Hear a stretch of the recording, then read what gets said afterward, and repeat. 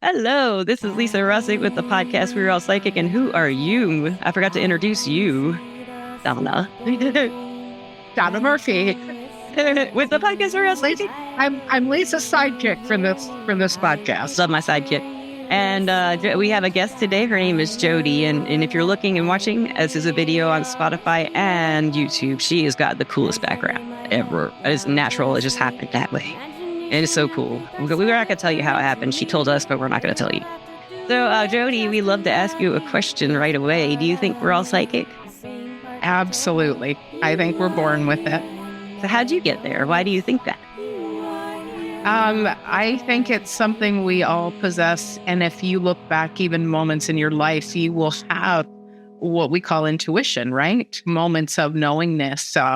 Maybe you're headed out somewhere and it's like, I just don't want to take the same route. And you end up going a different route only to find there was a big delay in traffic the other way. Yes, everyone can relate to that, I think. Yes. Yeah. So I've never heard that one, but that's so true. Yeah.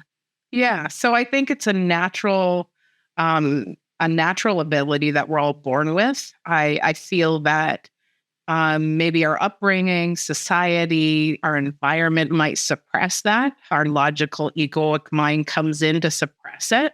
But I think we can bring it back. And when we acknowledge those moments, that I feel like we can expand that again. Yeah. So I think I have had moments, even as a kid, I remember my earliest memory probably was in kindergarten. And I was going up to my friends, the ones who I felt sadness around, and I would put my hands around them pretending I was healing. And then, like, who does that? So cute. But that was my earliest memory.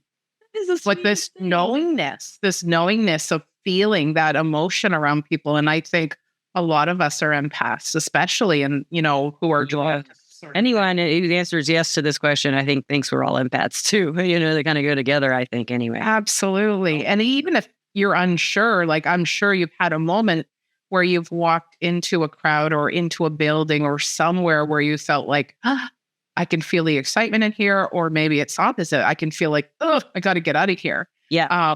And it's just us picking up the emotions around. I really do believe it's just a natural ability. And it's not just the emotions. Now, Donna and I just did a podcast yesterday or 2 days ago, 3 days ago, a little while, we did a podcast on how to feel, like the difference between energetic feelings and emotional feelings and all other kinds of feelings.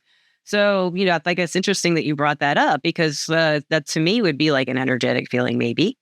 I don't know. It's like we have to we don't have to, but I like to try to figure out which is which. I didn't know what was going on to me. Now, when you were growing up, when you had stuff like this, you wanted to go heal someone that just naturally came to you. Like, did your family accept that and let you do it and not have a problem or anything? Or I didn't share it. I didn't share it was just anybody. They weren't around and you just wanted to help someone. Yes. Okay. And I thought, looking back, was it the fact that I grew up in a religious household? I was exposed to religious movies and stuff that I had seen. Was it that? Is it spirit that kind of pushed that in me? And I think I have to go back and look and say maybe it was a little of both. That's what it sounds like. Yeah. Yeah. I know tons of people who have been exposed to religious backgrounds and they never took an interest in spirituality in any way, not good or bad, Right. Not part of their life. Yeah. But it sounds like you always loved that part of what you were in your environment. But at the same time, if this is religion, I know like a lot of us, I was raised in the South, not born. But I was born in Virginia, but my dad was in the Navy, so I traveled a lot. But I mainly was in Alabama, and now I'm in Tennessee. But I found that I didn't know any of the stuff was growing up, what it was happening to me. Did you know, like when you started experiencing any kind of empathy or psychic experiences, did you know that's what it was? No, not at all. How did you find out? I think when I was really young, I just thought it was just part of what people did or knew. Right. And never gave much thought to it until I was in my teens, I would have to say. Maybe a little earlier than that. I remember my dad brought me home crystals.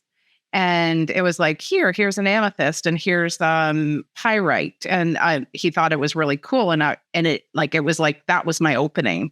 And So it started there. And then I started to like really get involved in reading about auras and chakras. And oh my gosh, there's so much more to this world than we think. Where'd you find your books? My books? Books or the internet? What did you? I don't know what age you are. You're like I'm 51. I'm 51. So okay. So I was feeling that you'd read books, but you don't look 51. But I just felt like you had an older aura, but you don't look 51. Does she look 51? No, not at all. But I'm surprised that I so you a lot of your early years, or at least some of your early years were without the internet. Yes, that's how hers was. Actually, no, yeah, mine were too. I'm 50, so we're all about not as a little older than us, but not. I'm the elder stateswoman here. She's the crony. So believe me, I know what it's like to not. She does not look 68, does she? Did you just say that? Yes, she did. She said she's 68. That's a fact. Oh my God. Wow. Let's all stay close to Donna's energy. Oh, wow. Incredible. Well, thank you. But no, I believe me, I know what it's like to not have the internet, to not have a smartphone, to not have a phone that didn't have that wasn't in the law. Yeah. And so you had books, right? When you were looking into this stuff, did you go like to the library or did you buy them or so bookstores at first, and there was this little tiny section for the alternative stuff. So yes. There wasn't a lot there, but then there were these metaphysical stores that were popping up a little bit, not lots, but there's one that I had attended and I got addicted. Once you started, you know what it's like. You have a lot of crystals. And then I started. And what I was really drawn to more than anything was the energy healing piece. So fast forward, I read about all this. I'm really excited about it. I have books upon books. And yeah, I know about the psychic realm and mediumship and whatnot. Am I drawn to it? Absolutely. Do I feel like I would or could be a part of that? No, not really. But I did have moments like I had that same exact feeling, Jody. I felt like I could never really be like part of this community. Yeah. I'm not psychic. But I am, but I'm not. But you are. I was twisted about it. I didn't know.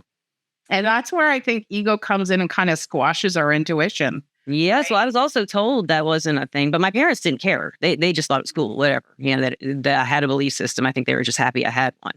Yeah. They didn't care what it was, as long as it wasn't like harming people. I didn't have that. A lot of people had a lot of the block with their upbringing, but I didn't have that. I just didn't have much faith in myself. Now, if you like astrology, I have Chiron and Aries in the 10th house. So, it's kind of a weird place to have to develop what they call in astrology, the pain point. That would be like, I can never find the right career if you look at all the jobs I've had. But I think I have. And it took, finally I'm in a good place in my life with where I feel like with my jobs and stuff, but I still feel like they'll always change. All my life, my jobs have changed. How about you? I feel like you've had a variety of education and stuff like that. I feel like every moment, every job, every encounter we have leads us to our purpose. I really do. So I don't think anything's wasted. I don't either.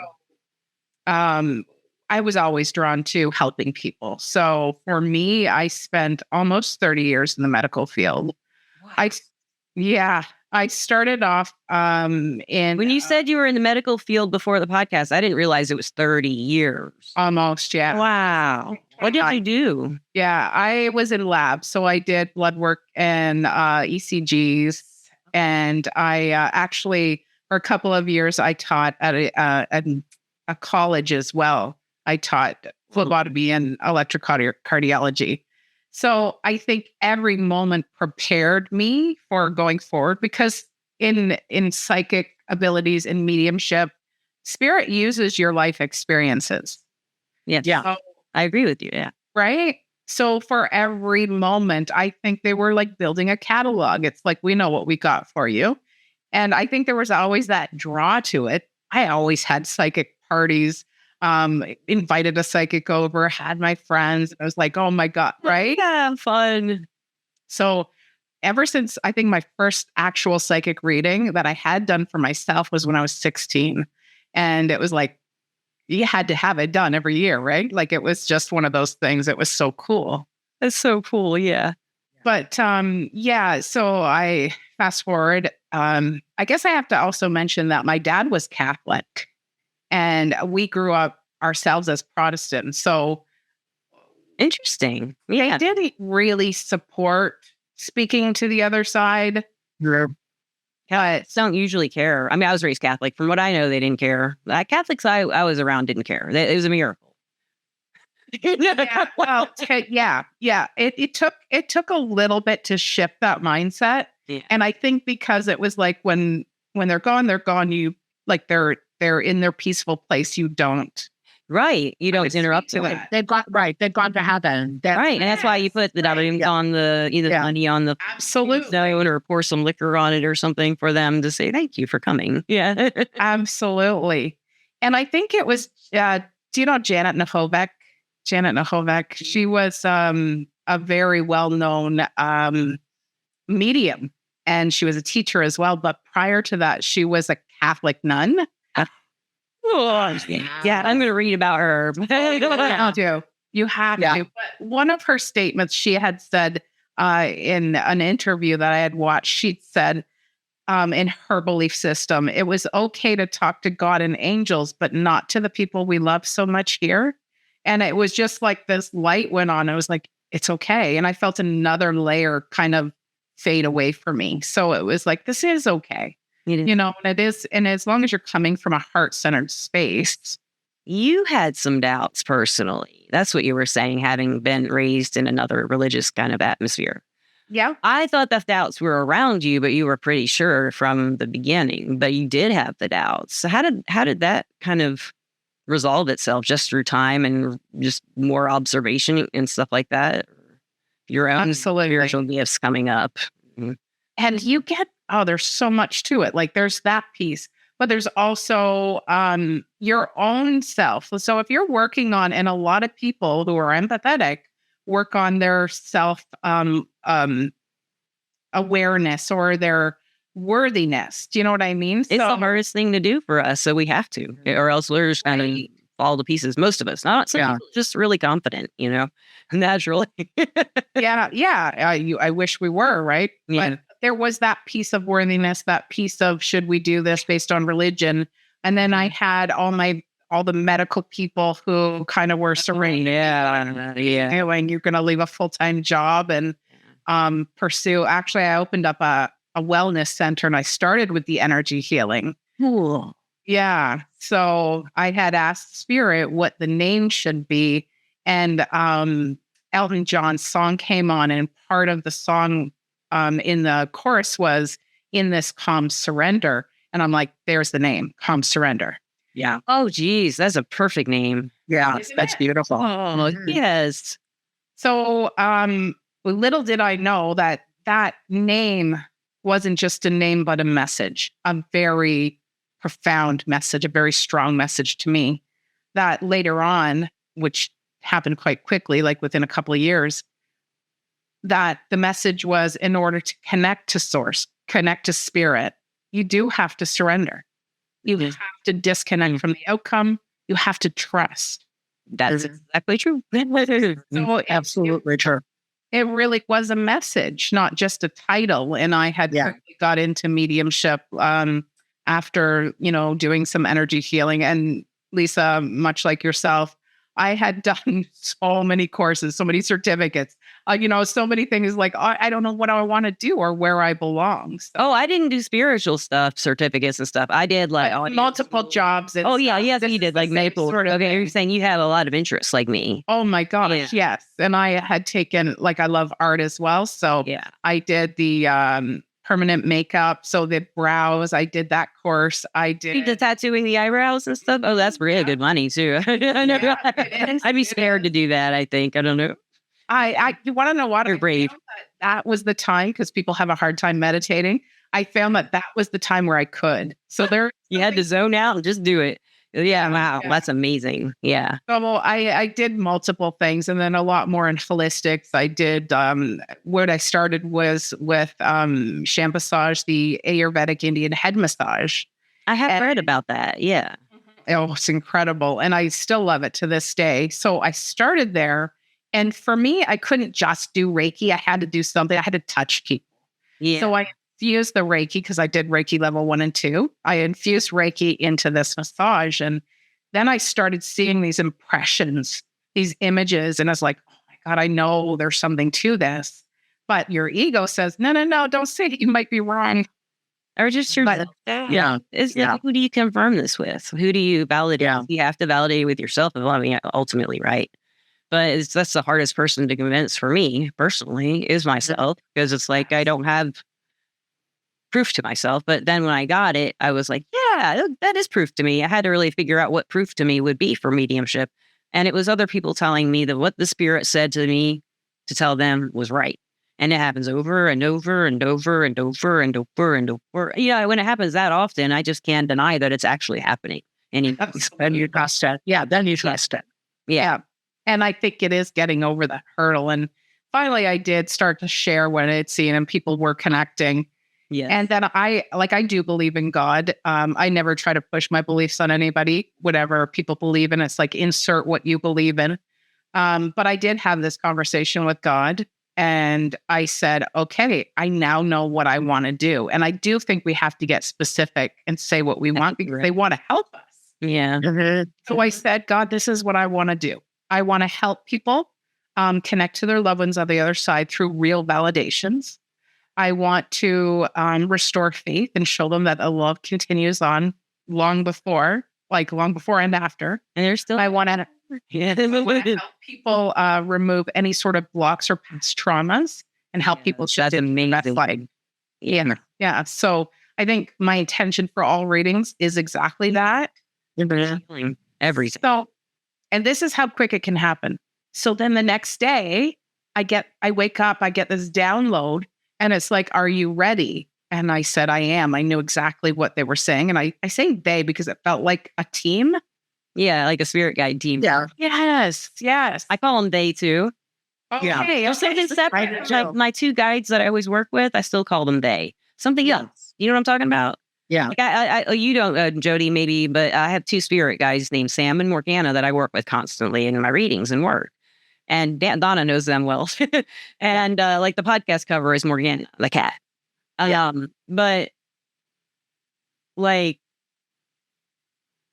I forgot what I was going to say, guys. It just went out my ears. What were we just talking about? It's happened a lot, Jody. Don't worry. Oh, about them, thinking of them. Them feeling. Yeah, this is not Morgana and Sam, though. I don't usually include them in there. But I feel like, what do they feel like to you, Jody? What would you say? They feel good, like good people. Yeah. Energies. But what are they? Comforting. Like I do feel like they are a spirit team.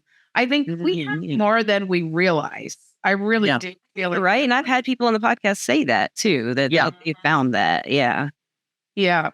And I like when I heard them say, so it's like, are you ready? I said, yes, I am. They said, will you share everything we show you, even if it doesn't make sense? I will. Oh, yeah. Yeah. And the last piece was the key, though. They said, do you trust? Yeah. And I went, I do. And then I went on to do my very first professional reading the next day at my store. And it was quite incredible, funny and incredible at the same time. Had you done it for anybody at all? Was this total stranger you do it for the first time at professional? Stranger. Yeah. Wow. Yeah. Okay. That's great. So I'll fill you in real quickly because it's quite funny too. And this is what I mean about listening to them.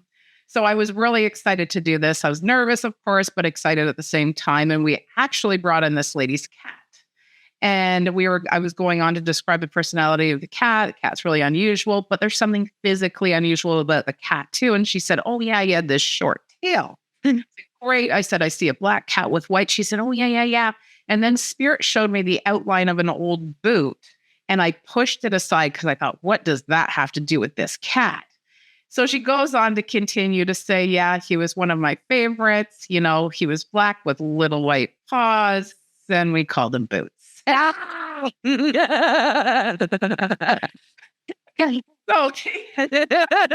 quickly, I heard the team on the other side laugh. They were hearted. And it's like, we told you, share. And Now we're That would listen. It is hard to say those things. And what I found, if I say them and they don't get them right away, my guys will let me know if they're going to figure it out later. Oh, for And if they don't say that, then I don't say that. Then I'll just switch the subject. Usually like to find something that we can relate on. And most of the time, if their spirit is there, who they want to see, my experience is that, and they're almost always there, the one they want to see. But there's a lot of other ones that come with them. It's not just the one they came to see. There's usually like another uncle or a grandparent or even a child, something like that, a cousin, something like a friend, even a whole bunch of them come through, but usually just one first, because I keep them all blocked out. Do you work that way as a medium? Do you have a way of shielding like any kind of lower energies from getting to you? Because usually I just project and nothing can get in. But sometimes I have to, I don't want to do that all the time, or I have no feelings. Yeah. It's a good question. And I think my intention for every reading is to deliver positive information. And my belief around that, Lisa, is I see lower vibration as just emotions. So all the emotions people have had, yes, not necessarily separate entities or anything. It's just not my beliefs. Again, I certainly, I could be wrong. Who knows? Maybe when I don't know. I was just wondering. But my own belief is that it's the emotions that are left behind, kind of like a blueprint. So are they the energetic like imprints kind of? Would you think of them that way? Yes. Yeah. That's kind of how I think of them. Yeah. That's right. Exactly. And you could feel it too. Like if you walk into maybe an older building that had housed unhappiness, you can actually feel the energy there. Yes, you can. Is it actual? I don't know. Like I said, could be conversation around, is there entities that hang out there? I think there's a second podcast calling. Yeah. I love talking to you, Jody. You're fun. I love every podcast guest, but you're really fun. Yeah, thank you. I enjoy conversation with you both. But I do feel like there's energy housed there. Yes. For sure. That's why we pick it up. I don't know what it is either. I don't know if it's an imprint or if it's something I need to do something with or just stay away from. They all feel different, but I don't know what they are. I think someday we'll know, though. Donna, you've got to have some questions. I'm just running my mouth. Well, no, but I as I'm listening and thinking about my own experiences, I honestly, I don't know. I know, there are people I know who actually work with. There's a particular person that I know that actually works with whatever you want to call it. She says demon, and I'm going to accept that because that's her. People who work with demons. Yeah, that's her. And she's not a demonologist, and she's not an exorcist. Right. I know people who do that too. The witches usually who work. Yeah, she's neither of those two things. So, again, I don't know because from my I don't have the experience. I don't have me neither. Certainly. But I don't have the experience. I will say energetically, and this is where I think probably, Jody, what you said makes the most sense to me. I mean, I can remember the first time, actually, so far the only time, that I was in New Orleans and we were just wandering around. I mean, later we did like a ghost walk and all of that stuff. But the first day we were there, we were just wandering around.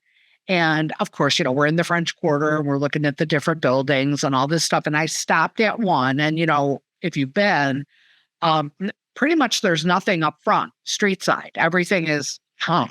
Yeah. But we stopped at a building and it had, it had a gated, like entry, right? What would be either, I'm sure in the old days for coaches and then later for cars, closed. Like those big iron gates. Like, it was it was a big ornate gate. And we were just standing there. And so I turned to my boyfriend and I literally started to tear up. I said, this is such a sad place. And later we found out that it was actually on the ghost tour.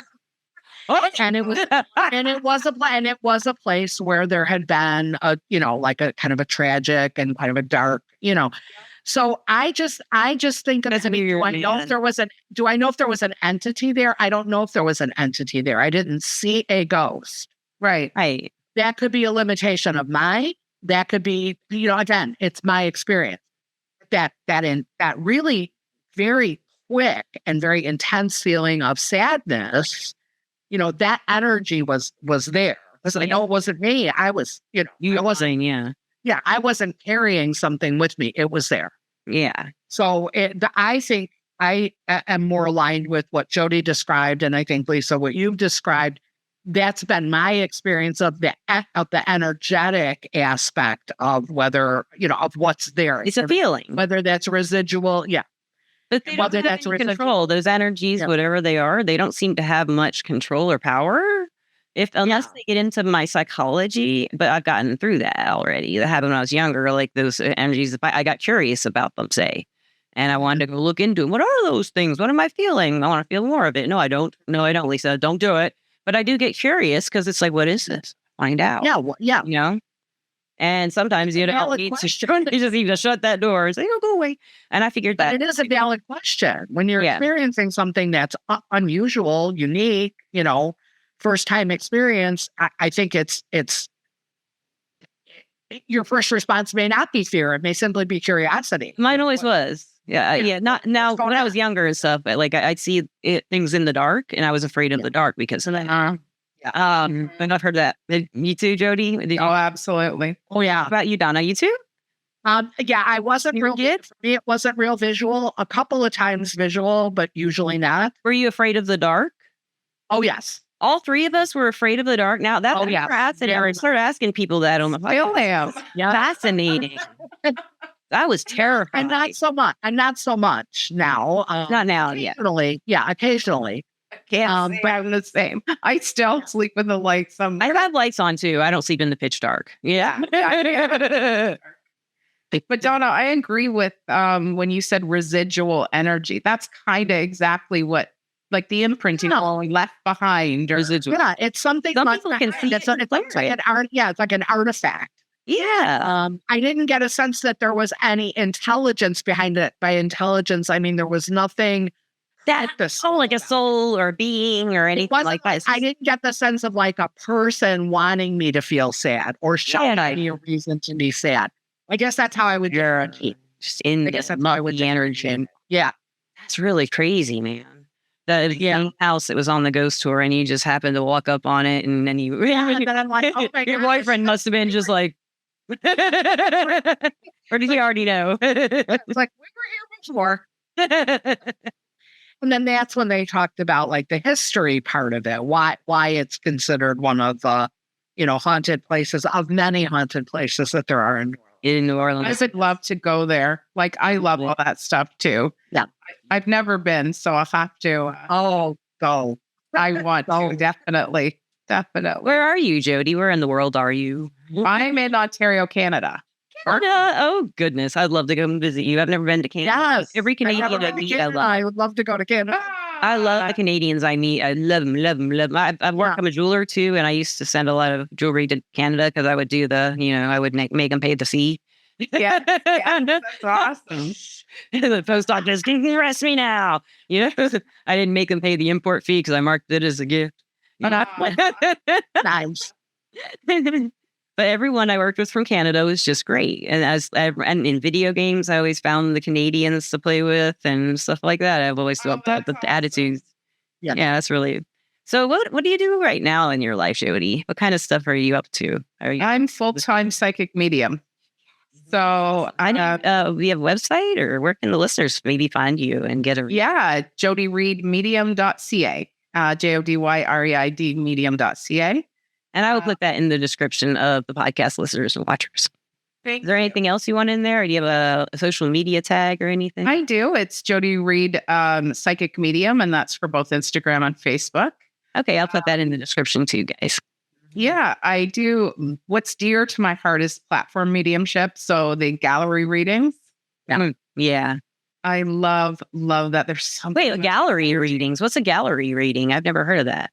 So group readings, like people. Yeah. And you stand in the center and like John Edwards kind of thing. And that's right. That's right. I feel this. And I'd love to see you do that. Mm-hmm. We can arrange one, make it happen on the Zoom. That would be really cool. I would love that. That'd be fun, man. If you're still doing this, let me know. Totally open to that.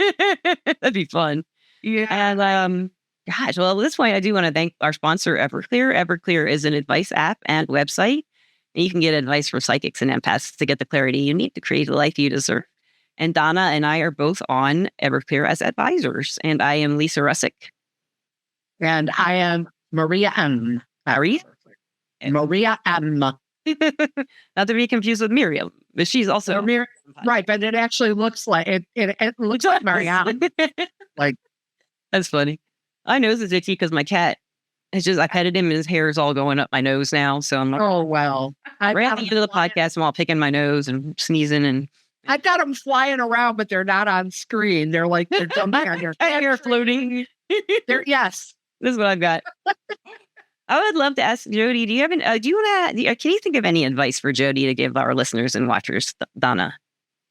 Oh, she has a lot of advice already, hasn't she? I mean, you just like, we picked your... Yeah, really. I mean, you have more. I would just say if somebody is just starting to explore this, or maybe they have explored it, but they're looking for a way, maybe a good way to tell, because I know this is like kind of a sore spot always for all of us who practice what we do. Is there a way for a person to maybe get a good sense of, I'm going to say, authenticity or resonance? And I think the best advice is to surround yourself with like-minded people. Okay. And it will grow that. So your podcast. That is so true. Circles, like read about it, find out. Like, because I think if you're being drawn to it, there is a purpose. And if you're being drawn to it, you have the ability. I truly believe you have the ability. It's like you can use it. Building that. My sister and I teach psychic mediumship development, and we do a 12-week, once a week we meet. And by the end of the 12 weeks, everybody on screen is reading each other. Yeah. Like it's just a natural ability. We've had this debate on this podcast a lot, if everyone can be a medium or not. Not big debate, but I think he can. Yeah. And other people have been like, I don't think so. And some people have been like, I don't know. But I do feel pretty strongly that anyone can do it, because we have our ancestors come visit us in our sleep and come to give us signs. And some people, maybe they couldn't handle yet their grandfather's figure coming into their, room, saying, I love you, It'd be weird for them, maybe. But for me, it wouldn't be that weird, because I've worked with the field with energies and with spirits for so long. It's a really good point. So thank you. Getting the support, I would say, Donna, for sure. Having people who are supporting around you to build that confidence and come from a place always heart-centered. You can never go wrong. Truth. That is that's wonderful. Perfect advice. Yes. Thank you, Jody. Thank you so much. Oh, thank you. And thank you, Donna, of course. And listeners, we love you and we want to thank you. And Jody, last question. Do you love the listeners and the watchers? Do you love Absolutely. Are you kidding? This is environment. This is said a lot. This is environment, right? Like surrounding yourself with. Yes, this is what we're doing right now, guys. This is the environment she's talking about. Well, one of the reasons I made this podcast, so I could have cultivate. Yeah, like you. Yeah. And thank you, listeners like you. We love you. Absolutely. Love you. Have a great time wherever you may be. Thank you, guys. Thank you, Jody. Thank you, Donna. Thank you, listeners. Thank you, Jody. It was a pleasure. Oh, my pleasure's mine. Thank you. Thank you. Bye-bye. Thanks, guys. Bye-bye.